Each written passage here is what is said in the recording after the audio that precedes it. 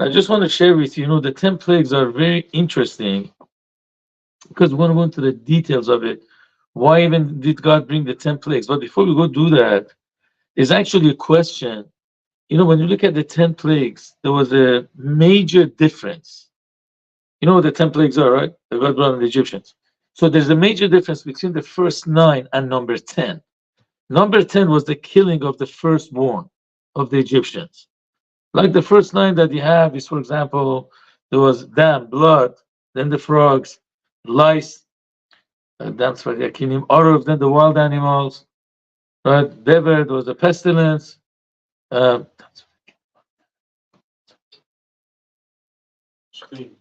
yeah, that sach is Dalet Tzadik, that sach is Dam Tzfardi Akinim, Adash, Aruf, Dever, Shrin, that was the boils, Barat, there was Barat is the what do you call it? The hail.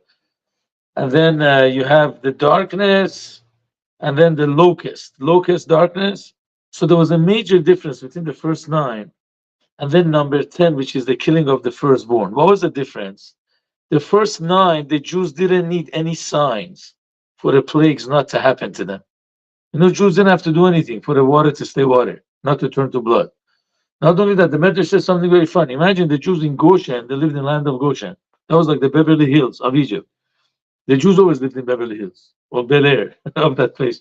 So imagine a Jew was drinking with a straw, whatever it is, from the cup, water. An Egyptian comes and grabs the cup. It turned into blood. Let's say when the lice happened, the lice didn't attack the Jews. When the wild animals attacked, they didn't attack the Jews. The frogs never went to a Jewish home. So for some reason, I'm saying, whoever was in charge of these plagues, of course God was in charge, but whatever angel was indirectly involved, or the animals, they knew the difference of a Jew and a non-Jew. When it comes to the killing of the firstborn, so over there the Jews needed signs. They had to do two things. Number one, they had to stay in their houses. They couldn't get out of the house. It says the entire night they had to stay in the house. Actually, after Pharaoh finds out that his firstborn died, he runs into the land of Goshen and says, Moshe, Aaron, where are you? Get out. And then Moses and Aaron said, we can't get out. You have to wait till the morning. Sorry. God told us not to walk out of our houses. So that's to stay in the house till the morning. And then also they had to have two commandments done. Commandment number one, they had to circumcise. Because in Egypt, all the Jews they stopped circumcising. I think the Egyptians were against it. The only tribe that did the circumcision was only the tribe of Levi, which the Kohanim and the Levim come from. But nobody else circumcised, so they had to circumcise. And number two, they had to bring the Paschal, the Korban Pesach, the sacrifice of Passover.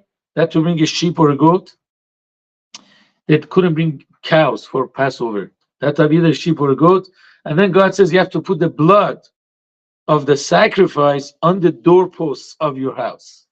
According to one of the rabbis, Yonatan ben Uziel, so according to him, or Yerushalmi, whatever it is, there's the Jerusalem translation, they had to actually put the blood of the circumcision on the wall too. But that's only some opinions. According to everybody, they have to put the blood of the Korban Pesach. And then the Gemara says, you know what the reason is? The Medrash.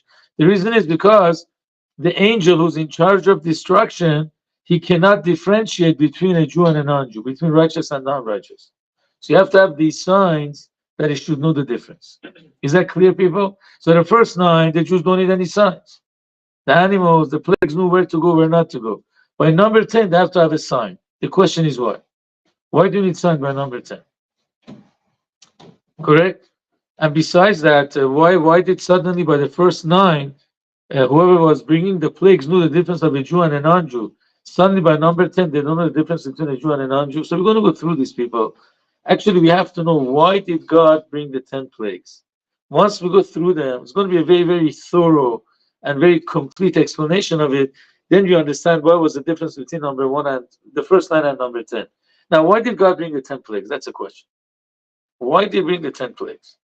So we find two reasons in the Torah. The first reason that we find is when God is talking to Abraham, to Abraham Avinu.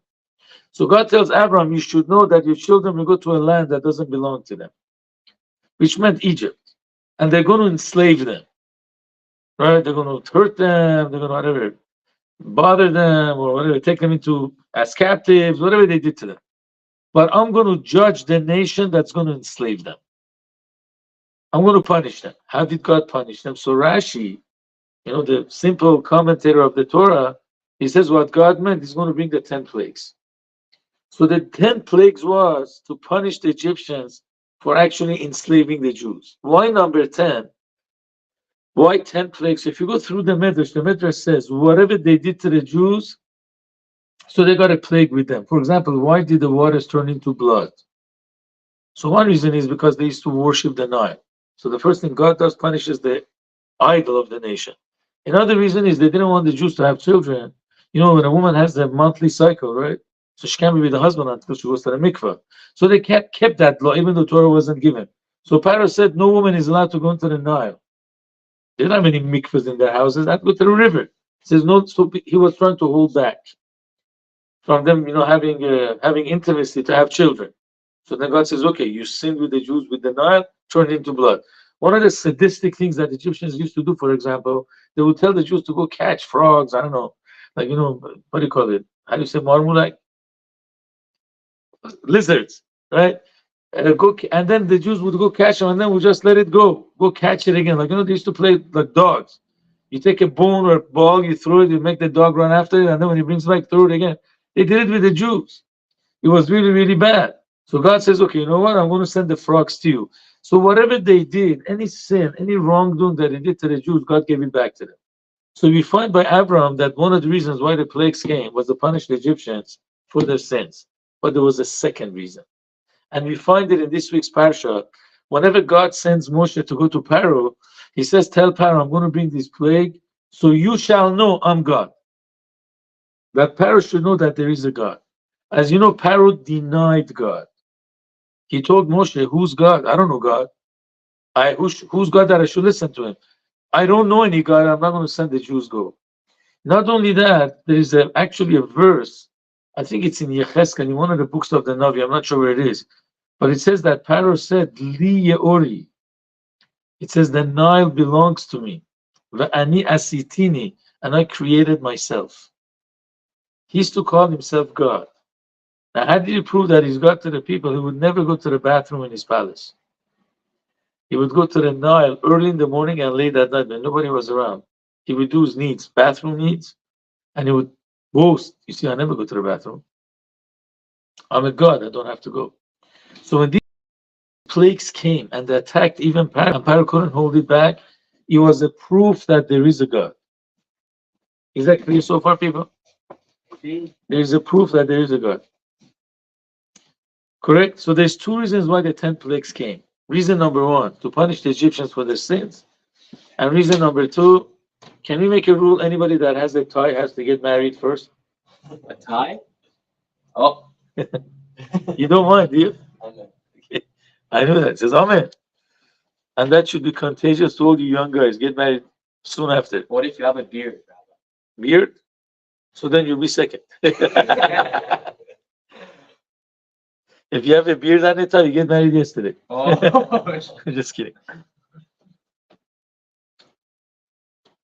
No, anyways, we're learning about the plagues. So these are the two reasons why the plagues came. One is to punish the Egyptians for their sins, and one is to prove that there is a God. Which one is the main reason, people? Did God want to prove that there is a God? That's what brought the plagues, or to punish the Egyptians for their sins? They came for both reasons. The question is which one is the main one. So here the Lubavitch Rebbe says very, very logically, the first 9 was only mainly to prove that there is a God. Number 10 was to punish them for their sins. What's the logic? You see, by the first 9, according to many Midrashim, the Egyptians didn't die, they stayed alive. And they had a way to stay alive, even if they would be in the threat of death. For example, when the water turned into blood, if they would go to the Jews and buy water from them, they would have water. That's how the Jews got paid for the years of slavery. When the frogs came, the frogs didn't kill them, it just made them disgusted. The lice would just make them itch. Even the wild animals that attacked, according to many opinions, didn't kill the Egyptians. The boils didn't kill them. In order to prove that there is a God, the person has to suffer and see the hand of God. So the first 9, the Egyptians stayed alive. Even, when it says hail came, and also pestilence, the Torah says clearly, whoever is outside of the house in the field, the hail and the and the pestilence will kill them. But the ones that actually went into the house, they stayed alive. So there was a way out. They stayed alive, they saw the suffering. So that proves that there is a God. But when it comes to plague number 10, it says God killed all the firstborn. Now there is a problem. It wasn't only the firstborn, because the Torah says there was not a single house that there was not a dead person there. Why? Every house had a firstborn. Imagine you have an old father and mother that are living together. Not the father is the firstborn, not the mother. And all the kids got married, they went out. So because of that, Rashi says there were, first of all, it wasn't the firstborn was the oldest of the house. Let's say if a house there was no firstborn, the oldest died. Then he says there was so much infidelity in Egypt. You know, any sin that happens in Vegas and Los Angeles, wars happen in Egypt. I'm not kidding. Anything you think, man with a man with a woman, man with a beast, woman with a beast. I'm not kidding. You look in the Midrashim, they did any crazy stuff because they didn't believe in God. You know, saying at least, hopefully the United States is a religious country. You have Christians that believe in God. So at least the knowledge of God holds them back from doing things. I'm not saying evil, like hurt somebody, but at least things that are immoral. Something holds them back to understand there's a higher purpose. In Egypt, there was no such thing. So anything that gives you pleasure, go ahead and do it. If you don't believe in God, why not? So because there was a lot of infidelity, so there was like, let's say a woman would have her firstborn, and then from a strange man, another firstborn. You know what I'm saying? Yeah. Or the boys that went with different women. So there was a bunch of firstborns. A lot of people died. That's what the Torah says. When the Egyptians saw the firstborn are dying, he said, it's not like Moshe said. Every single house has somebody that is dead. So Moshe was not precise that he said only the firstborn. So we can't say the reason is to prove that there is a God, or at least the main reason, because a lot of them died.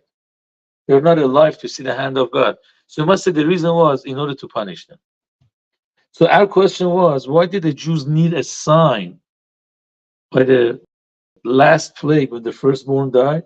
That to stay in their houses, and that to bring a sacrifice, and that to circumcise, that to bring a sacrifice of Pesach, and that to put the blood on the doorpost. So how come by the first 9 they didn't need any signs? They didn't have to put like a Star of David, I'm a Jew, so the frog shouldn't attack. Okay, there was no David those days, so there was no Jewish signs, nothing. But the frogs knew where to go, where not to go. The lice knew where to go, where not to go. The water in Goshen didn't turn into blood. So the reason is actually because that was the difference between the reasons of the plagues. The first 9, the reason the plagues came was to prove to the Egyptians that there is a God. The Jews didn't need that proof because they knew there is a God. The Jews believed in God. What does God have to punish them? To make them believe in God? It doesn't make sense. But the last one, when it came to the killing of the firstborn, the reason was to punish the Egyptians for their sins. That's why all of them died. 1 minute, you want to punish them for their sins? The Jews are sinful too. It's wrong, not sinful. They have sins. We're not full of sins. So we have some sins.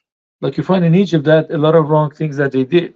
So that's why here the Satan, the angel of accusation, came and he told God, till now was quiet. Because you brought the plagues to prove that there's a God. So the Jews know there is a God, so they don't deserve to get punished. But now that you're killing all the firstborn, all the elders, or whatever they are, so you're punishing them for their sins, why don't you punish the Jews for their sins? That's what the Jews needed, a sign. That to, whatever, stay in their houses, and that to put blood of the Korban Pesach on the doorpost. But now the question is the opposite. What did these signs help? They still had sins, right? The Satan says, what's the difference of a Jew and a non-Jew? A non-Jew is sinful, the Egyptians were sinful, the Jews have sins. So you're punishing the Egyptians, punish the Jews too. So what did God say? Okay, I'm giving him 2 commandments. What did the commandments do? They're circumcised, and they brought a Korban Pesach, they stayed in their houses, and they put the blood on the doorpost. What does that accomplish? They still have sins. So guys, we're going to learn something very deep now, honestly.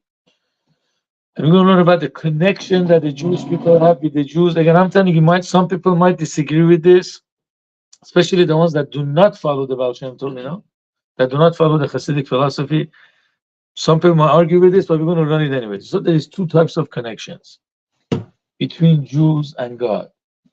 There is one connection that's very, very logical. Like, 2 friends. Why are you friendly with somebody? I'm saying not Jews. Jews are different. Why do you like to have a connection with someone? They make you laugh. Because he has something, you have some benefit. It makes sense, right? Like 2 partners in a business. Or let's say you like to do business with a company. It gives you things that you could sell, right? It's beneficial to you. So it makes sense to be friendly with this person. If there's no reason to be friends anymore, you might go away. So there's a certain type of relationship between Jews and God that makes sense. Jews keep the commandments. So God says, you do what I'm asking you to do. So you're going to get the reward, right? You buy merchandise from somebody, you're paying for his money. He's going to bring you more merchandise. So God says, you know what? There's certain things that I want you to do. These are important to me for whatever reason. They're important to God. You put on tefillin, you learn the Torah, you marry a Jewish person, whatever these things are, I'm going to give you reward, right?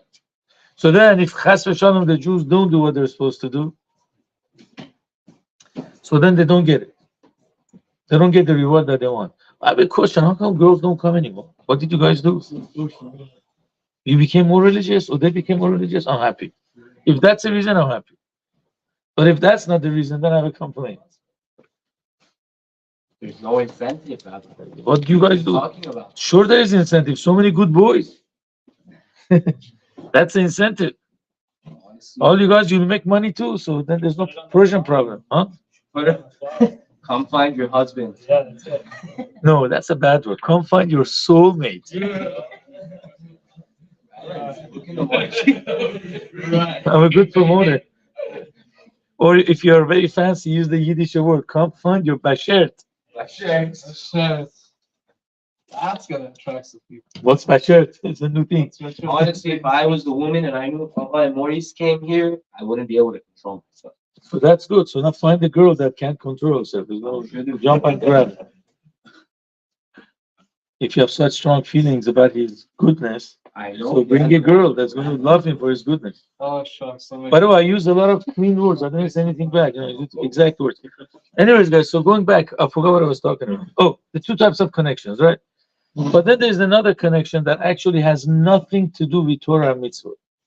Even if chas v'shalom, a Jew does not keep Torah and mitzvot, he's still connected to God. Let's understand that even in a relationship, between people, most relationships make sense. You do you're beneficial. I'm connected to you. But there's type of a love that has nothing to do with reasons. It could very possibly be you have every reason to hate that person, but you still love that person. That's a relationship between a parent and a child. The child could be, God forbid, a drug addict. He could be in the worst things. The parents could even be angry at the child, but deep down they love their child. There was actually a story in Israel. There was a man that was a big Rosh Yeshiva, old times in Iran. If your son didn't become a doctor, bad back. Like the father would go crazy, right? So there was this Rosh Yeshiva in Israel. He was a big Rosh Yeshiva and wanted his son to be a big Talmid Chacham, a big scholar. But the kid wasn't a learner. He always put his kid down. But he had a student that was really a genius in the Torah. And he always said good about the student. When you look on the surface, you really felt that the Rosh Yeshiva loves the strange child more than his own kid. Now, his kid was walking with that big Talmid Chacham boy student, and a car struck them both at the same time. Who do you think he went to run and help the father? The son, not the student. But till now, you're putting down your son. Okay, he's angry because his son is not accomplishing. But his connection to his son is not because of his accomplishments, because the child is part of him. The child is him. He used to be part of the father and the mother. Now he came to the world. So you see that the love that a parent has to a child is illogical. You don't love the kid because he accomplishes, because he's a good kid. Even if he didn't accomplish anything, the love is there deep down. So just like we have these two types of relationships between people and then between children and parents, these two relationships are between Jews and God too. There is one relationship which is very important. God sent us here to keep Torah and mitzvot. So God says, you do what you're supposed to do, then I'm going to give you whatever you need. But then there is a deeper connection. Even if a Jew doesn't do what he's supposed to do, the love of God is there. You understand that? And the night of Pesach, when God killed the firstborn of the Egyptians, that love was revealed. So even though the Satan came and he said, hey, you're punishing the Egyptians for their sins, the Jews are sinful too. It doesn't matter. At that night, the love that God had to God wasn't because they were keeping their commandments. God loved them because was that illogical love, because the Jew is really part of God. The soul that you have is part of God. So whether you accomplish or not, God loves you. The only problem is that love usually is not revealed. You got to do something to reveal it. Usually the love that's revealed is only if you keep Torah and mitzvah. Usually. But if the Jews do something to actually reveal that deep love, which is illogical, how could you reveal a love which is beyond logic? You got to do something which is beyond logic. You got to do something that logically doesn't make sense. If I do that, so that brings, the love of God too. So now the Jews had to do something which is illogical. Those are the two commandments that God gave them. Number one, that to bring a korban Pesach, that to bring sacrifice a sheep for korban Pesach. What was one of the gods of the Egyptians, people? All the animals. Animals, the All the sheep, animals. or at least whatever the firstborn animals, if not all the animals.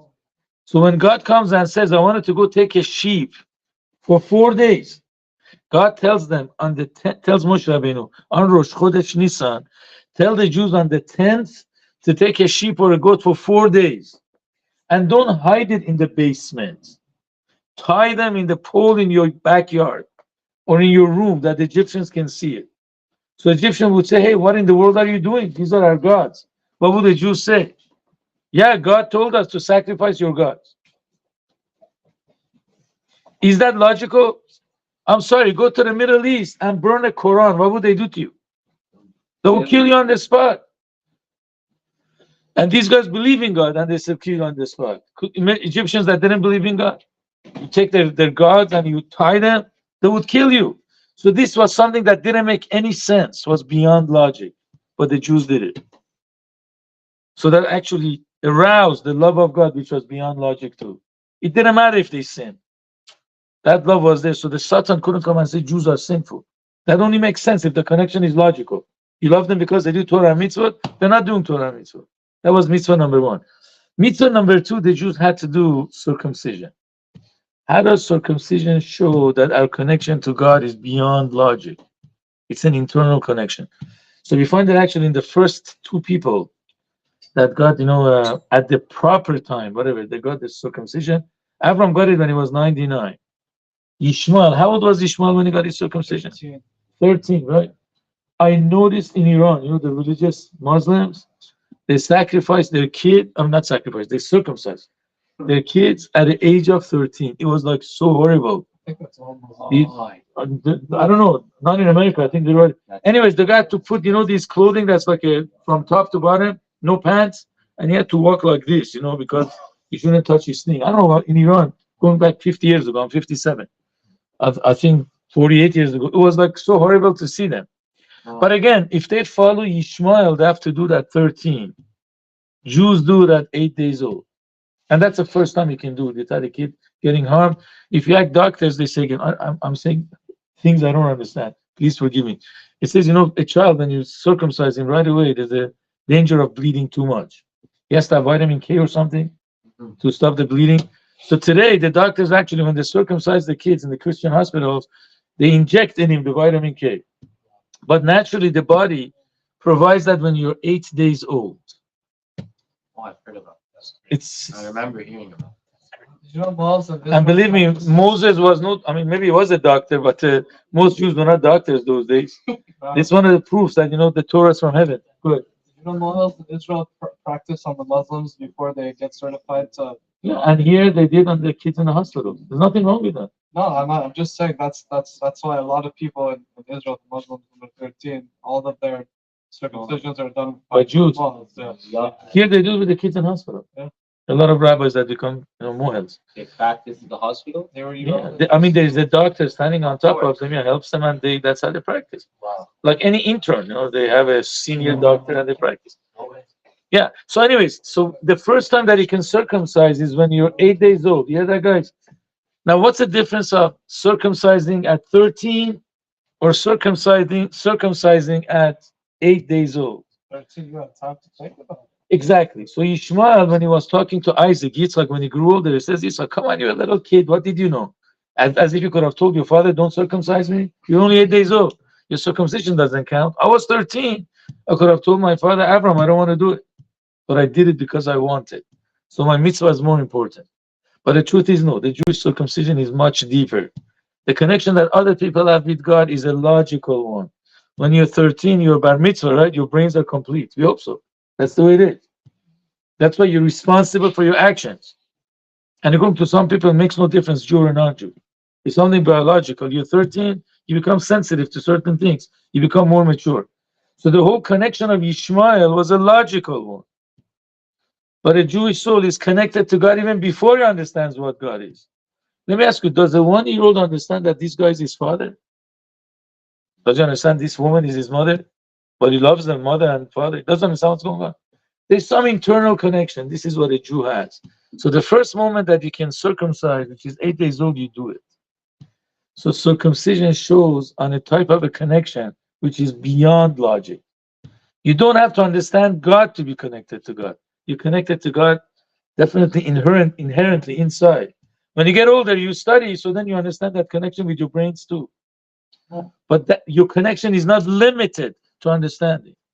So when the Jews did those two mitzvot, they brought a sacrifice, which was something very dangerous, totally beyond logic. And they did the mitzvah of circumcision, which according to the law has to be at 8 days. So that actually showed that the connection to God is beyond logic, has nothing to do with Torah and mitzvot. Even if God forbid they don't keep Torah and mitzvot, like I'm saying God forbid. Please don't go around saying I'm connected, I don't have to keep anything. No, don't do that. Because that level of connection is not always revealed. You got to do something, Like, by this Rosh Hashiva, the kid had to get into an accident. He says, oh, my son, but regularly was like putting him down.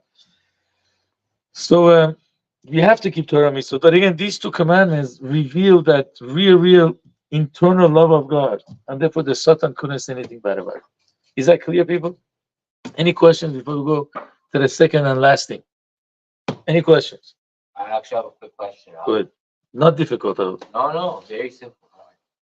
So let's say there's a kid, okay? He was born Jewish, but his family wasn't very religious, so they didn't have him circumcised by the 8th day.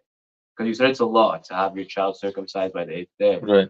Let's say in the future they become religious, they decide to get a circumcision later in their life.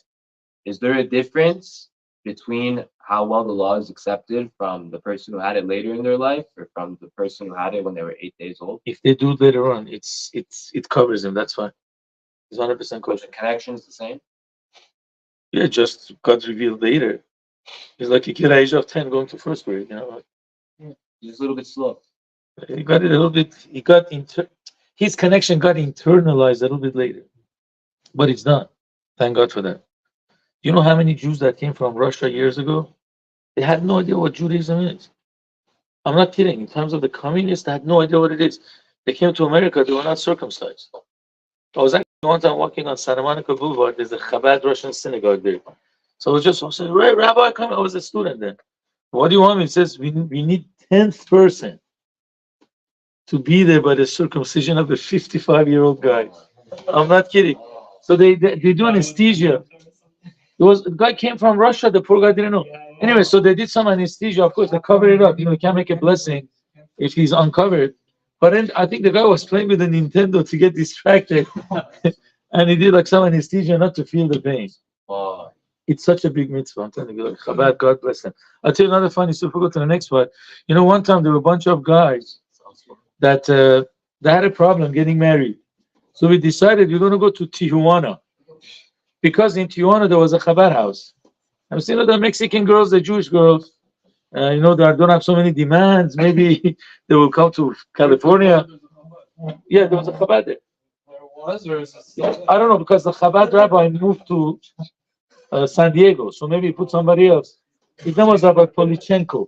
He's in San Diego now. So anyway, so let me just finish. It's a very funny story.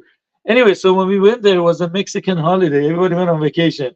There was only one single girl in the Chabad house. Everybody else was already married with a family, and it was beautiful. They would give $15, and they would have like the whole Shabbat, Friday night and Shabbat by day in the Chabad house. I don't want to mention the name. So the rabbi knew that our Persian kids, they love children. So he closed the kitchen. When he came the next morning, somehow the door was open, and half of the children was gone. So we wanted to go next time. He says, Rabbi, you could come, but you're not sleeping here.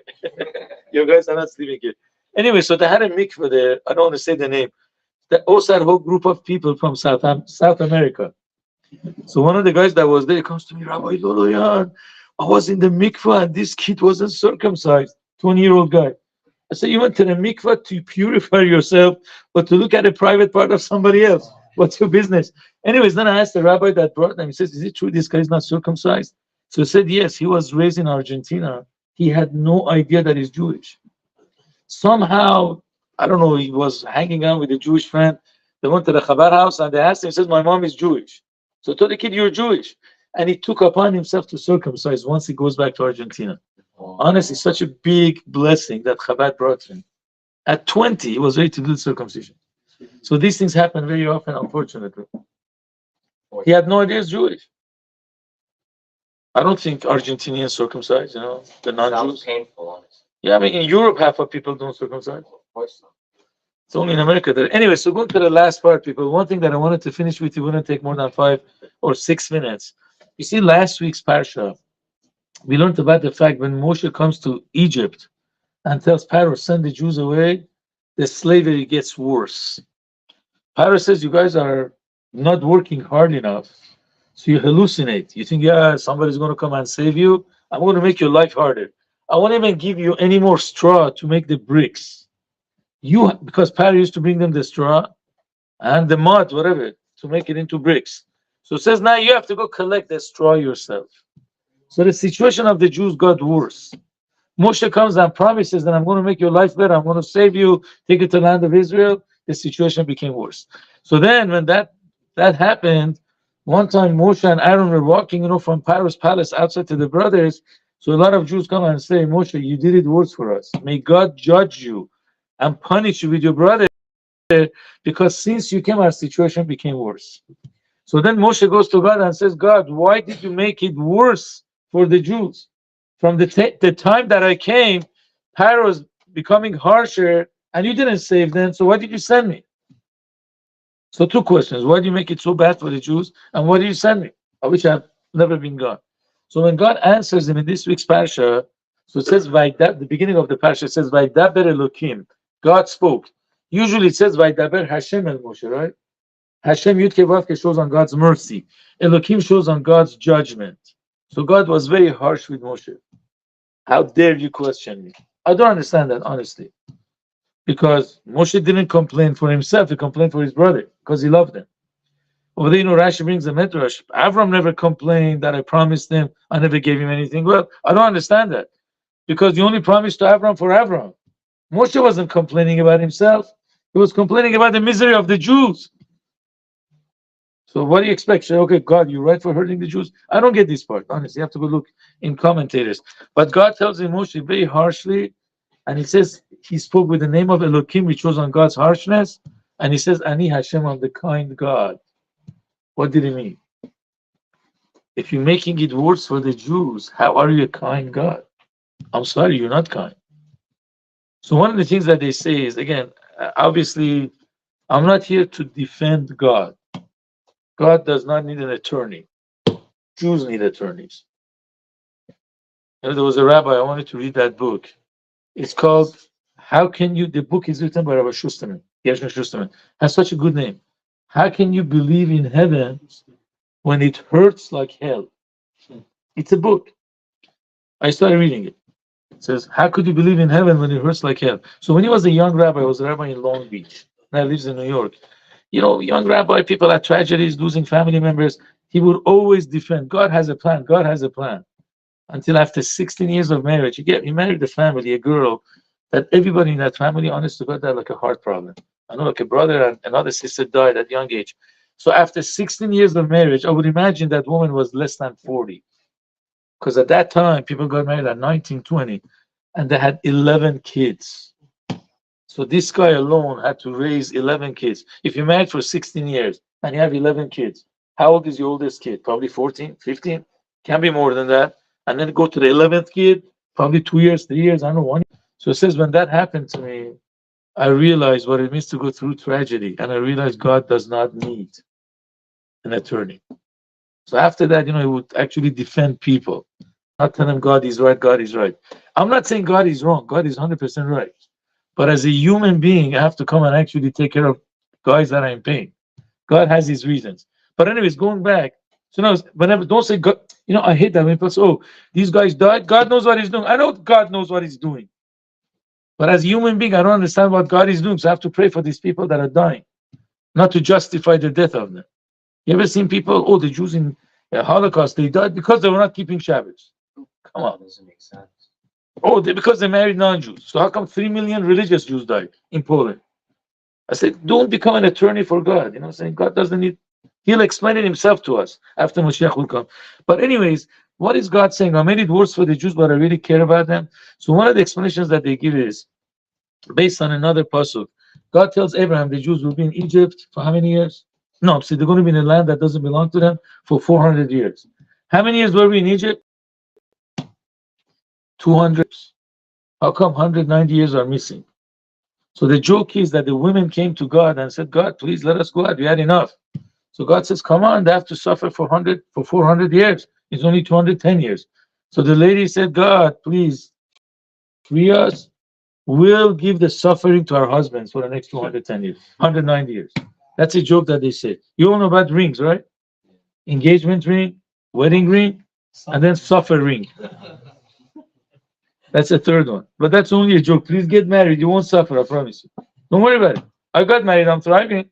You don't see me suffering? Not at all. Oh, not at all. Exactly. At least I don't suffer from my wife. Maybe I suffer from other things. But a good wife doesn't give you suffering. Somebody saw me once. Rabbi, what did your wife do to you? All your hair is white. I said the black parts are there because of my wife. The white is because of the congregation. I was just kidding. He was part of the congregation. But anyways, so the thing is like this, how come it was 210 years, not 400 years? So they say because the Egyptians made the Jews suffer so much, more than regular. It was a real, so the 210 years covered the 400 years. That's what it says. When the situation came out, to even had to go get their own straw.